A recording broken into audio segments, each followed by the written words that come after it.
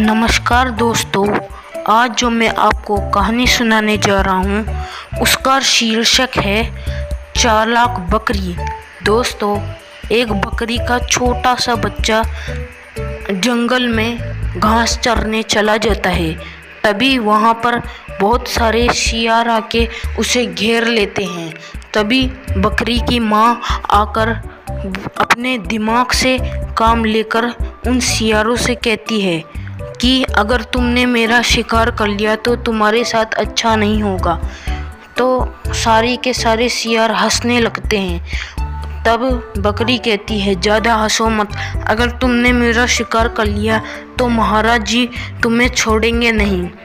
तब शियार कहते हैं, मगर क्यों? तब बकरी कहती है कि उन्होंने मुझे पकड़ लिया था और कहा अब तो मैं तुझे ही खाऊंगा, अगर किसी और ने तुझे खा लिया तो फिर मैं उन्हें छोड़ूंगा नहीं। सारे शियार में से एक शियार बोलता है कि फिर शेर महाराज को कैसे पता चलेगा कि हमने तुम्हें खा लिया? तब बकरी कहती है कि वहाँ पे एक हाथी घूम रहा है, उसने मेरे पर नज़र रखने के लिए कही है। अगर उसने महाराज को सारी बात बता दी तो तुम तो गए।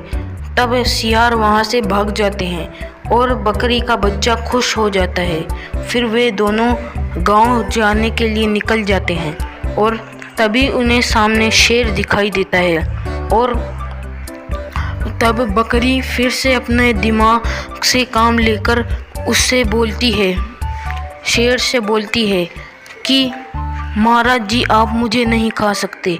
शेर बड़ा हंस के बोलता है कि मैं तुम्हें क्यों नहीं खा सकता, ऐसा क्या है तुम्हें? तब बकरी कहती है, आप शेरनी का गुस्सा तो जानते ही होंगे। शेरनी ने मुझे पकड़ लिया था और मुझसे कहा था कि अब तो मैं तुम्हारा ही शिकार करके महाराज जी को खिलाऊंगी, और अगर तुमने मेरा शिकार कर लिया तब शेरनी तुम्हें नहीं छोड़ेगी। तब शेर कहता है, चलो तो ठीक है, वैसे भी तुम्हारा शिकार करके शेरनी मेरे पास ही तो लाएगी, मैं यहाँ से चला जाता हूँ। शेर दूर जंगल में चला जाता है। तभी वे दोनों वहाँ से चले जाते हैं और दोस्तों तभी उन्हें शेरनी दिखाई देती है और शेरनी कहती है, अरे वाह, तुम दोनों मेरे सामने, आज तो मैं तुम्हारा शिकार करके शेर महाराज के पास लेकर जाऊंगी, फिर हम दोनों तुम्हें मज़े लेके खाएंगे। तभी बकरी बोलती है कि तुम दोनों तो एक दूसरे पर ही गई हो। तब शेरनी बोलती है, कहना क्या चाहती हो तुम? तब बकरी कहती है कि अभी तो शेर आकर मुझसे ही कहते कि तुझे तो मैं ही खाऊंगा, और अब आप मेरा शिकार करोगी तो अगर महाराज को गुस्सा आ गया तो तुम्हें वह छोड़ेंगे नहीं। तब शेरनी कहती है, ठीक है, तो फिर महाराज को ही उन्हें तुम्हारा शिकार करने दो, और वह भी वहाँ से चली जाती है। फिर वे दोनों गांव पहुँच जाते हैं और बकरी और उसका बच्चा वहाँ पर पहुँच के बहुत खुश हो जाते हैं। दोस्तों, हमें इस कहानी से यह शिक्षा मिलती है कि हमें अपने दिमाग से ही काम लेना चाहिए। शुक्रिया। दोस्तों, एक बार एक लोमड़ी होती है जो बहुत प्यासी होती है। वह पानी की तलाश में इधर उधर घूम रही होती है। तभी उसे एक कुआं दिखाई देता है। वह दौड़ती हुई उस कुएं के पास जाती है और कहती है, अरे इस कुएं का पानी तो बहुत नीचे है, अब मैं पानी कैसे पीऊँगा? इस तरह वह सोचती ही रहती है और कुएं के ऊपर चढ़ जाती है। तभी उसका पैर फिसल जाता है और वह कुएं के अंदर गिर जाती है। वह बचाओ बचाओ ऐसे चिल्लाने लगती है। तभी उसकी आवाज़ एक बकरी सुन लेती है और वह दौड़ती हुई उस कुएं के पास जाती है। वह उस लोमड़ी से कहती है कि क्या हुआ, तुम बचाओ बचाओ ऐसे क्यों चिल्ला रहे थे? तब लोमड़ी कहती है, अरे बकरी बहन, मैं बचाओ बचाओ ऐसे नहीं, मैं तो पानी पी लो ऐसे चिल्ला रही थी, क्योंकि इस कुएं का पानी बहुत मीठा है। तो बकरी उसकी बहकावे में पड़ जाती है और वह भी उस कुएं में कूद जाती है और उस कुएं का पानी पी लेती है। और वह लोमड़ी से कहती है कि अरे वाह, इस कुएं का पानी तो वाकई में बहुत मीठा है, लेकिन अभी हम यहाँ से बाहर कैसे निकलेंगे? लोमड़ी कहती है, तो वही तो मैं सोच रही थी कि यहाँ से बाहर कैसे निकलेंगे।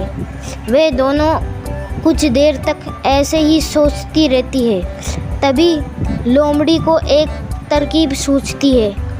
वह कहती है कि अगर तुम मेरी मदद कर दो तो हम दोनों यहाँ से बाहर निकल सकते हैं।